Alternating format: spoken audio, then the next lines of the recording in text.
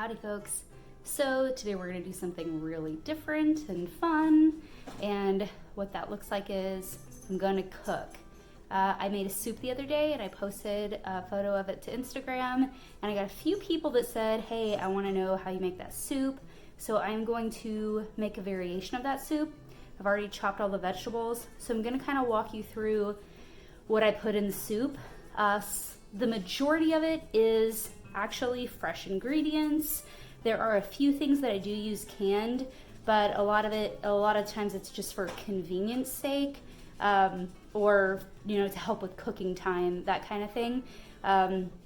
Typically I do use fresh chicken breast when I make these kind of soups, but this time we actually had bought a rotisserie chicken the other day, and I kind of just broke down that rotisserie chicken and we had some left over, and I thought I'll make some soup with it again, and I can show you guys what that looks like. So just a second and we'll go over the ingredients. Okay, so it's ingredients time. I'll go ahead and start with this chicken because it's just an entire rotisserie chicken that I broke down, and we used part of it. I made some ramen the other day and I used some of that in the ramen. That's both dark and light meat, so it's a mix. I like that on my soups. It gives it a little more flavor. I did go ahead and buy store-bought chicken broth, which I don't typically do, but I went ahead and did that today just for ease. As you see, I did not get the low sodium version. If you do have like high blood pressure or you're trying to watch your salt intake, you'll probably want to get that one. I don't get it because I actually have low blood pressure, so I don't have to really watch my salt, and I just like the flavor better.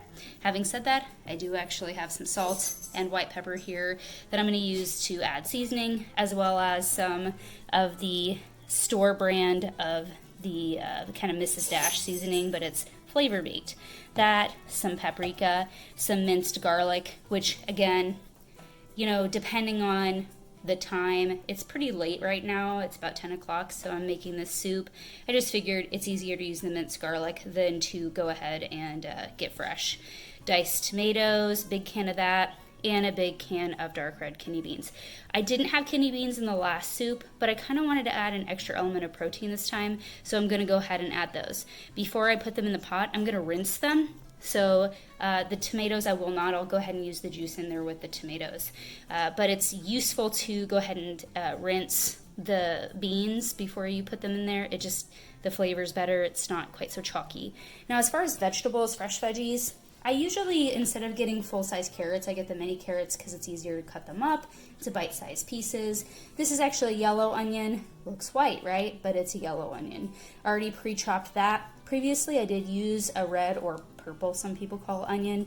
I like the flavor of that, and it adds a little bit of sweetness in addition to the carrot.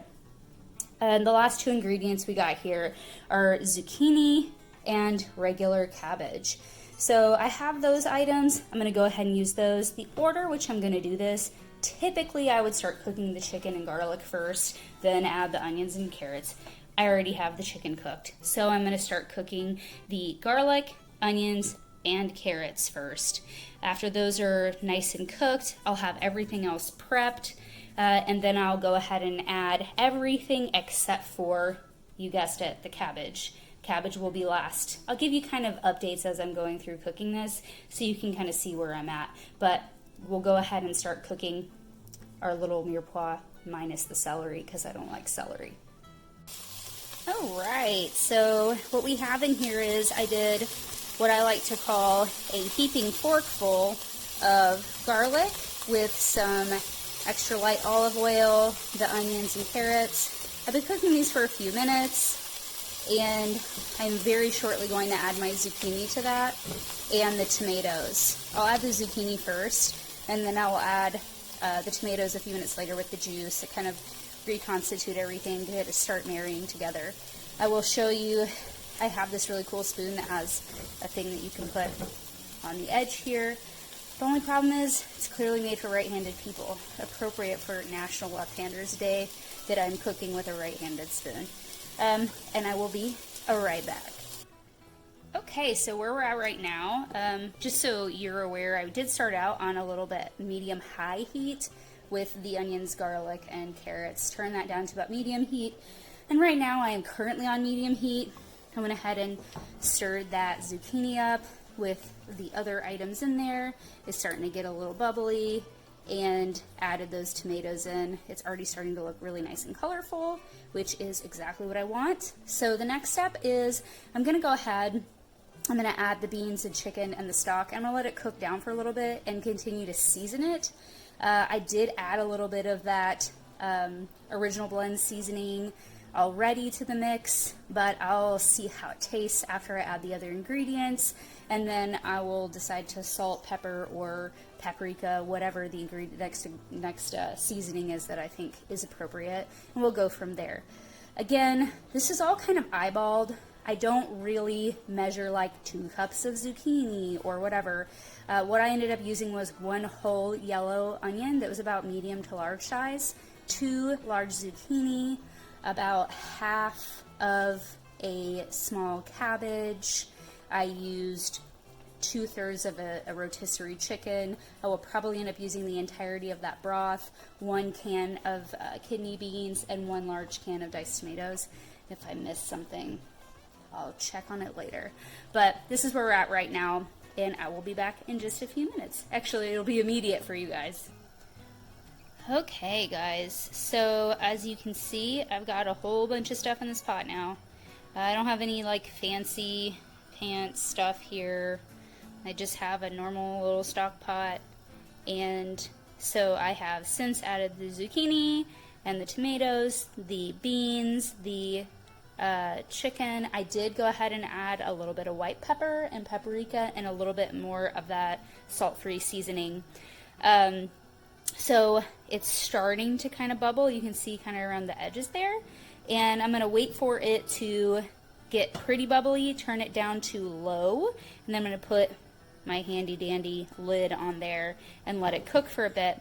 I'll wait until the zucchini gets a little bit almost like a little translucent and softer, and then I'll add the cabbage at the very end, let that cook for a few minutes, and then the soup's gonna be done. So I think what I'll do is I will go ahead and pause this, and the next thing you'll see is me finishing up this delicious soup. So you can see all the little bits and delicious things in there. So next thing you will see is a completed soup. So hold tight, guys. All right, that is some delicious looking soup. So as you can see, these zucchinis, you see how they're starting to get a little bit transparent.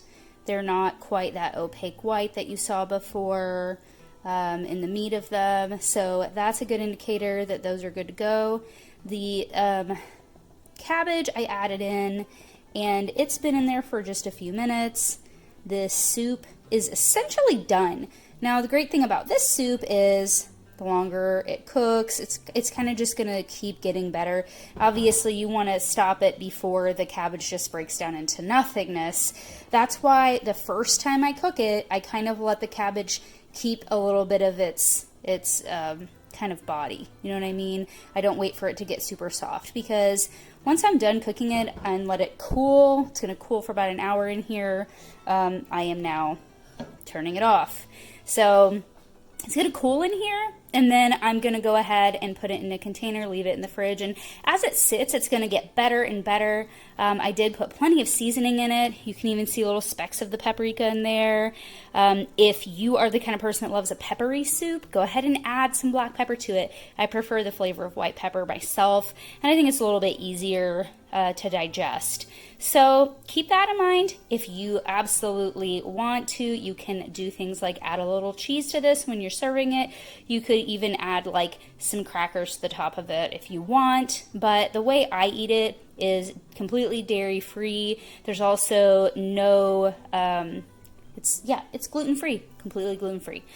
So it is dairy and gluten free, this soup, and there is no kind of noodles or anything like that. If you wanted to add rice to it, you could. That's not really my style. I'd be more likely to add something like quinoa or something to the soup. Having said that, this is what you got. So I will be back at you in just a second with final thoughts. Okay, so this is kind of final thoughts time on the soup. This is the final look at the soup. I don't know, I love hearty stuff like this. I think I'm really gonna enjoy it. And as it sits, these tomatoes are gonna break down even more. It's gonna be really good. I did realize that the thing I forgot to tell you about amounts is the carrots. So since I'm using little baby carrots, I generally just kind of go with how I feel that day. So depending on how many carrots you put in, you get a little bit sweeter flavor. So typically what I end up doing with the carrots is I'll grab a couple of handfuls maybe, and I have tiny hands, so whatever that means for you, a couple of handfuls, and then I just chop them easy peasy into 4 or 5 pieces, and that's where I go from there. Sorry again for the Blair Witch style video, but it's just easier when I'm cooking to take it with me and kind of explain as I'm going. All right, so this soup, very easy. You can make it in a big batch and then have that be your lunch for the week. Add some fruit to that, add a yogurt or something like that, and then kind of go from there. I'm sorry I didn't have a beauty related video for you today or kind of a comparison video or anything, but I hope you enjoyed this. I hope that it was informational for you. If you do want me to go into a little more detail, like if you want me to do a short video like a Tip Tuesday, how to cut a zucchini or how to slice onions for soup, there's so many different ways you can cut onions. If you want to dice them, there's one way to do that. If you want to slice them for soup into like longer pieces, the way to do that is totally different. So let me know if you'd be interested in seeing those kind of tips, and also like maybe how to cut up a cabbage, because that's not exactly the most intuitive thing ever. So I'd be happy to do those things for you. Just let me know.